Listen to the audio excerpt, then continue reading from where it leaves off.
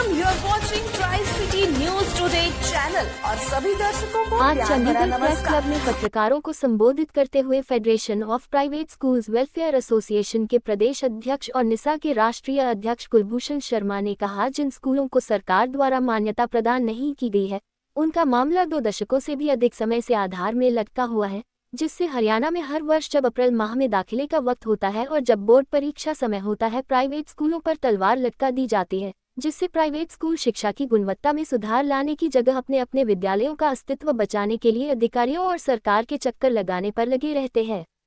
कुलभूषण शर्मा ने कहा, 10 वर्ष से अधिक समय से हरियाणा में भारतीय जनता पार्टी की सरकार है, जिसने घोषणा पत्र में वादा किया था कि उनकी सरकार बनने पर इस समस्या का स्थायी समाधान कर दिया जाएगा, परंतु चिंता का विषय यह है कि हरियाणा के हजारों स्कूल अब भी उस राहत का इंतजार कर रहे हैं जिसकी उम्मीद उनको भारतीय जनता पार्टी की सरकार से है। कुलभूषण शर्मा ने कहा, जब मुख्यमंत्री नायब सिंह सैनी हर वर्ग को राहत दे रहे हैं तो उन्हें प्राइवेट स्कूलों की बैठक बुलाकर उनकी समस्या का समाधान शीघ्र करना चाहिए।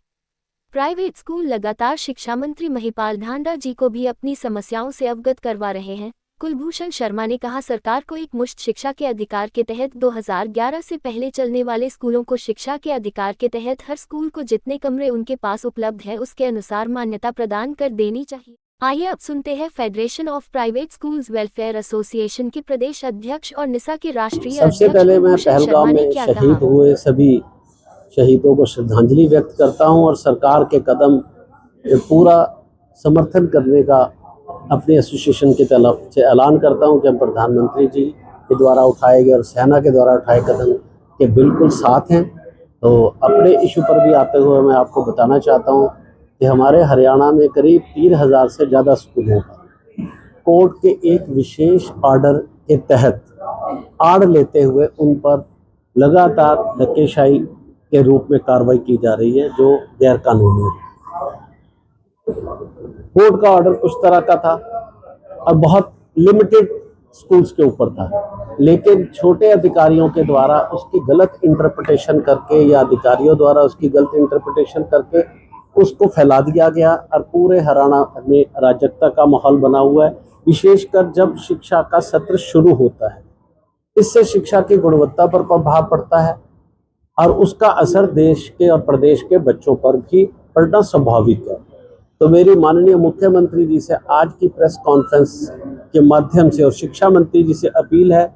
कि इसको रोका जाए और प्राइवेट स्कूल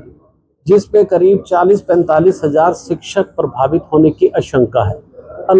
लाखों बच्चों के प्रभावित होने की भी आशंका है, इस तरह की जो कार्रवाई हो रही है उसका संज्ञान लेते हुए उसको रोक लगाई जाए। और हम बार बार 2 दशकों से ये बात कह रहे हैं कि जिन स्कूलों से नॉर्म्स पूरे नहीं हो रहे उनमें सरकारी स्कूल भी शामिल है, हजारों सरकारी स्कूल शामिल है, जिसका डेटा मेरे पास है। और ये मामला विधानसभा में भी उठा के सरकारी स्कूलों के भी नॉर्म्स पूरे नहीं है। तो फिर ये जो एक तरफा कार्रवाई हो रही है नॉर्म्स के नाम पर और सिर्फ प्राइवेट स्कूल और वो लोग जो शिक्षित होकर बीएड की डिग्रियां लेकर अगर वो स्कूल नहीं चलाएंगे तो और क्या करेंगे। अगर वो शिक्षा की मुख्य धारा से जुड़कर देश के विकास में अपना योगदान दे रहे हैं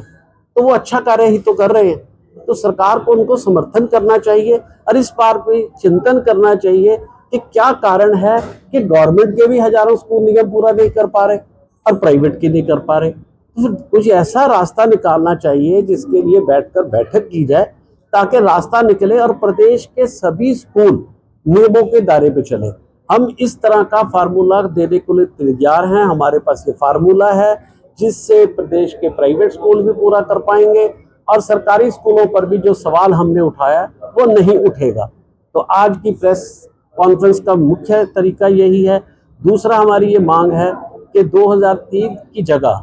2011 जब राइट टू एजुकेशन आया, शिक्षा का अधिकार अधिनियम आया, जिसको अब कैबिनेट ने स्वीकृति दी है कि इसको लागू कर दिया जाए। 6 जून 2011 में हरियाणा में इसके नियम बने। इससे पहले चलने वाले सारे स्कूलों को पूर्व का स्कूल मानते हुए रिलैक्स नॉर्म के तहत शिक्षा के अधिकार अधिनियम के तहत वहां कहीं जगह की बात नहीं की गई है और हम इसका बहुत स्पष्ट रास्ता बताने को तैयार हैं। सरकार को सिर्फ बैठने की जरूरत है, अन्यथा इस समय शिक्षा में एक अव्यवस्था का माहौल बना हुआ है। हमारी लोकप्रिय सरकार नई नई बनी है, हमारे माननीय मुख्यमंत्री जी बहुत हर एक के प्रति सजग हैं, अब सभी के प्रति विनम्र हैं। माननीय शिक्षा मंत्री भी बार बार कह रहे हैं कि एड़ी से चोटी तक अगर कोई नियम पूरा नहीं करता होगा सिर्फ उस पर कार्रवाई होगी। तो मेरा ये कहना है, जब माननीय शिक्षा मंत्री मुख्यमंत्री इतने संजीदा हैं तो अधिकारियों के साथ प्राइवेट स्कूलों के प्रतिनिधियों की एक मीटिंग करनी चाहिए और एक फार्मूले पर पहुंचकर इस तरह के नियम का जो है सरलीकरण होना चाहिए जिससे ना सरकारी स्कूल पे उंगली उठे और ये प्राइवेट स्कूल भी जो शिक्षा में रोजगार भी दे रहे हैं और शिक्षित करने का काम भी कर रहे हैं, ये सुचारू रूप से चलते रह सके।